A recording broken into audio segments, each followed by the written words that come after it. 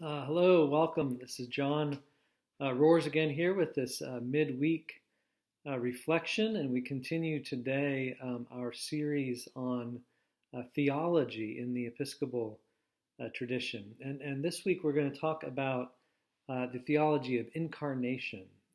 It's often said and used to describe the Episcopal Church is that it is an incarnational faith. It's a tradition, a church that takes seriously the meaning and the impact of the incarnation, the story of Jesus Christ and the notion of God becoming flesh and living among us. And in that sense, the incarnation conveys a blessedness or a sacredness, almost a sacramentality of all of life and creation that I think we take seriously in the Episcopal Church. And it informs our commitment to the care of creation, and it gives us an appreciation for the natural world and appreciation for beauty.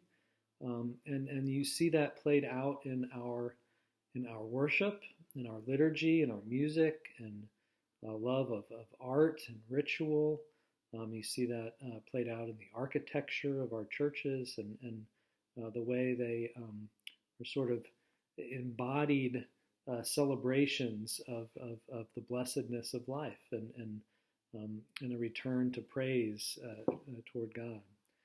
So that's one aspect of it. Another aspect in which we really live out an incarnational faith is that as a tradition, I think Episcopalians are very committed to this life and this world. There are some denominations and traditions that really have a more of a priority or more of a specific focus on the next life, on heaven and sort of what it takes to get to heaven and living toward heaven.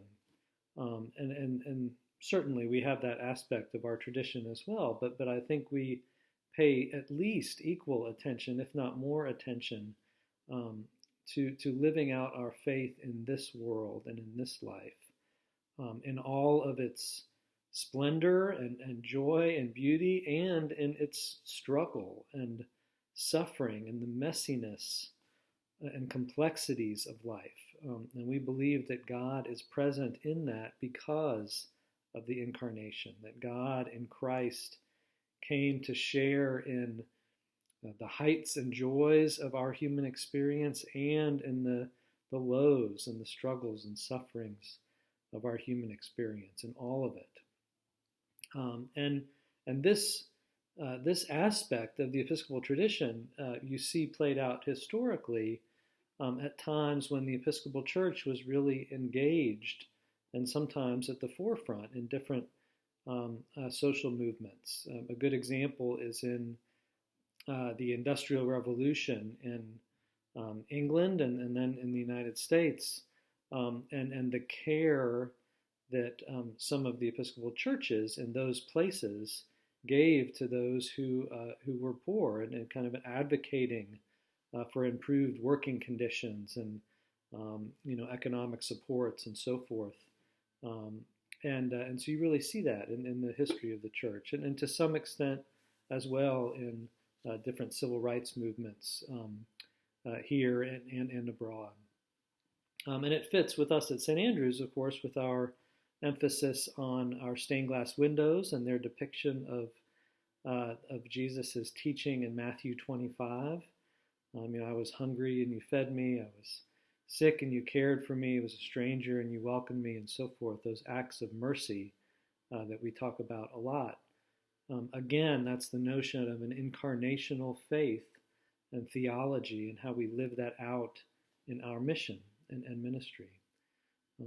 A few other aspects of this incarnational tradition and theology is the centrality and the importance of Eucharist that we place in our liturgy. That's kind of the embodiment of Christ in the bread and the wine and the body and blood that we share. It's in the importance of our fellowship and our formation So some of the things that have been a real loss in this COVID time, and not being able to gather together face to face in the same ways that we know and love. You also see it in an affirmation of the way our faith and our life is lived out in body, mind, and spirit. The connection between body, mind, and spirit, and the importance of caring for ourselves and for others in each of those aspects.